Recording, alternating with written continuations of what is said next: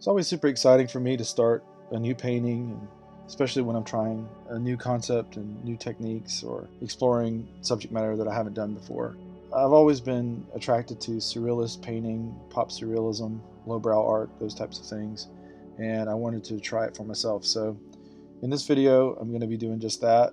So I'm working on a wood panel that's been gessoed and sanded. I'm just using some slow dry gel medium and some acrylic paint, various colors, to try to create a soft, dramatic, dreamy sky, just a background that will offer a really nice contrast to the elements that I'm going to be putting on top of it. Did a whole video on this, basically mirroring the techniques of a few artists, including Greg Simpkins, to try to create this lovely background really to work on. I ended up toning the whole thing with this transparent magenta, and it's a really nice effect. Again, there's a whole video on that if you want to go watch that. But it's a really nice way to unify the whole thing and pull it all together and create this really nice background to work from. I put this little layout together in Illustrator.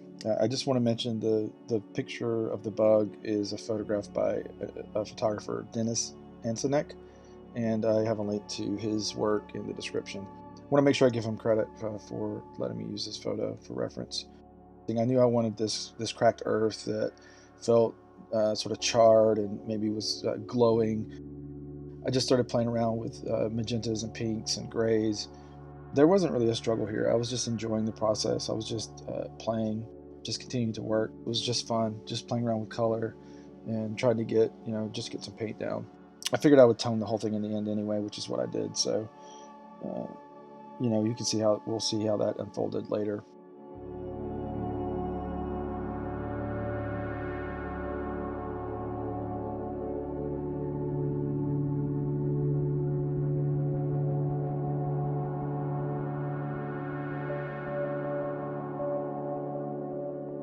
For the wood block, it was a challenge for me to try to figure out what color to start with this wood block.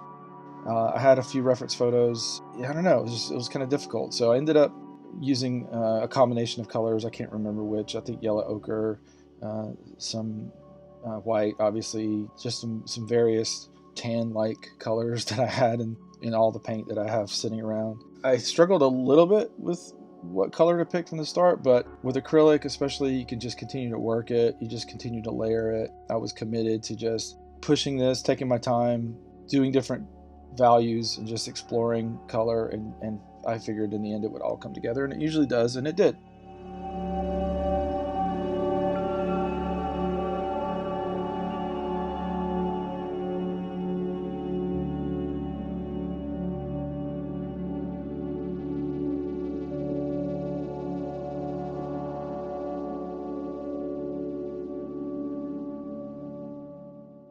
So obviously the R stands for Randy.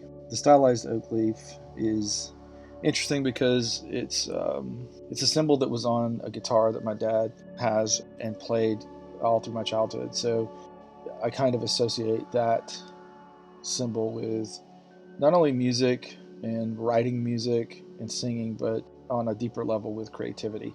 I wanted to put that on this wood block, which is kind of a symbol for play and creativity and learning and a lot of other things. Here I'm actually using magenta to create the wood grain, and like most of this stuff, the more you work on it and the more you just continue to add layers of paint, the better it looks. So here I'm taking the photograph that I mentioned before that was taken by Dennis Astanek. I've used Surrealist tracing paper to just get the basic outline of this June bug, right, which most people know as a scarab, I guess.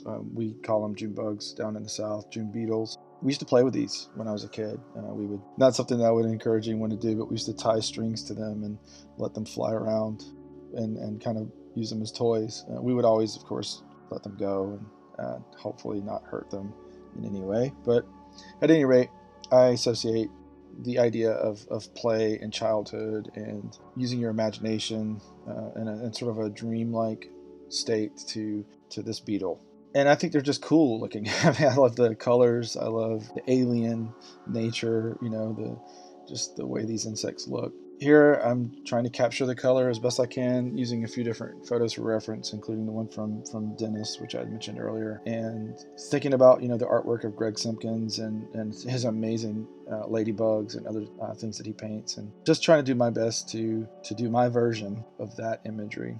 I think it's obviously easier to paint this level of detail and these types of objects on larger canvases, but I think this was just fine. I probably wouldn't go much smaller than this, but I almost treat this like a test, just learning, giving it my best shot, experimenting with color, reflections, and subject matter, and all those things, and just trying to practice basically. At some point, as I get more comfortable with these objects and these concepts and these techniques, I will take them larger. Another challenge was trying to create the wings. In the photograph, the wings looked black with white reflections. For whatever reason, I felt like I wanted them to appear more transparent and more delicate, if you will. I think I'm doing a pretty good job with the wings. It's always stressful, actually, to try to paint something like this on a background that you've lovingly created. But I'm getting better and better at letting go of tension and just going for it and experimenting and letting these things not be too precious. I think I've talked about that in other videos before.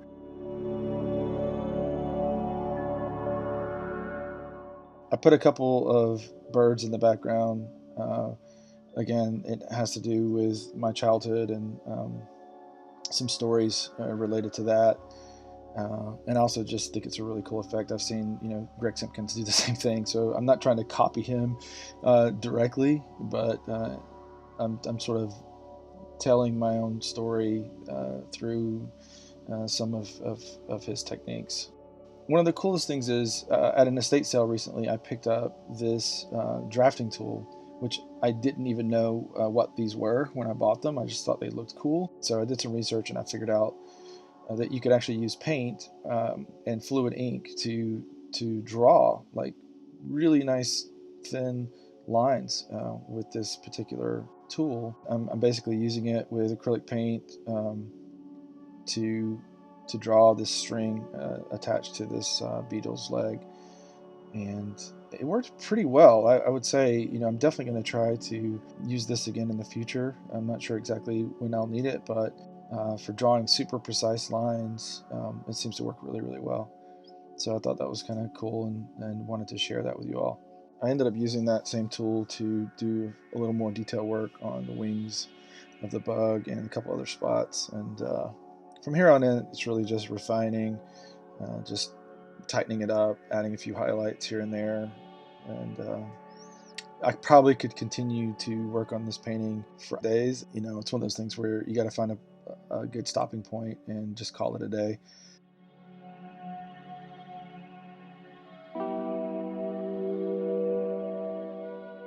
All right, so we've jumped ahead here a little bit. I put this blue tape on the painting so I could paint the sides. I often forget to do that until the end. I got to get better at that. I'm also highlighting a few little things like the antenna with some really light green just to add those final few touches. So yeah, this painting was really fun. It was really fun for me. I don't know. It's always cool. It's always cool to try something new, like I said, and see what you're capable of. And I know that I could do a lot better if I keep practicing and keep working. But I am absolutely satisfied with how this turned out. I'd love to know if you watched this thing all the way through. Is this helpful for you? What do you think about the painting? Should I talk? Should I not talk? I'm always wondering what people are getting out of these things, or if people just want to see, the paintings with time lapse and music, and for me to shut my big mouth. So, anyways, here's how it turned out. Nice little painting. Super happy with it. I don't think I'm going to do much more to this. I'll probably varnish it and call it a day. Let me know what you think. Appreciate you coming along with me on this journey. As always, have a good one. Peace.